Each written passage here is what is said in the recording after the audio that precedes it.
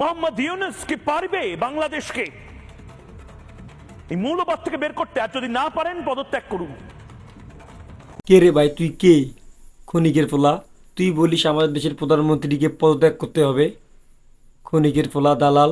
এবারা তোর দেশের প্রধানমন্ত্রীর মতো আমাদের দেশের প্রধানমন্ত্রী লেওড়া না, আগে চা বেচতো না, এটা তোর মাথায় রাখতে হবে, ঠিক আছে? আমাদের প্রধানমন্ত্রী উচ্চ শিক্ষিত লোক। ক্ষণিকের পোলা, দালালের বাচ্চা।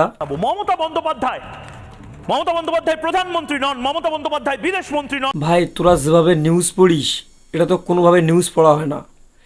এই যে যেভাবে তোরা চিল্লা পাল্লা করে কথা বলিস, ঠিক মনে হচ্ছে একদম হাগা ধরছে, এই নিউজটা পড়ে একদম বাথরুমে যাবি।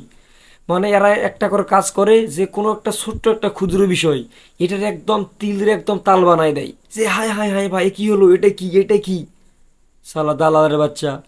বাংলাদেশে কিছুদিন আগে বিক্ষোভকারীরা মাশরাফি বিন মুর্তজার বাড়িতে আগুন লাগাই দেয়। এরা এটারে আবার কি করে, এরা এই দালালেরা ভুয়া সাংবাদিক। এরা বলছে আবার লিটন দাসের বাড়িতে আগুন ধরে দিয়েছে, লিটন দাস যে হিন্দু। আবার এটা হইলো আরেকটা ভুয়া নিউজ কি দিছে, মাদ্রাসার যেগুলো শিক্ষার্থী আছে সেগুলো হিন্দুদের মন্দিরে পাহারা দিতেছে যদি কেউ ভাঙচুর করতে না পারে। আর এই ক্ষণিকের পোলা দাদাদের বাচ্চা সাংবাদিকেরা বলতেছে কি ভারতের, এটা আমার রিভার্স করছে, মাদ্রাসার শিক্ষার্থীরা পাহারা দিতেছে, এইটা না বলে যে মাদ্রাসার শিক্ষার্থীরা হিন্দুদের মন্দির ভেঙে একদম তছনছ করতেছে।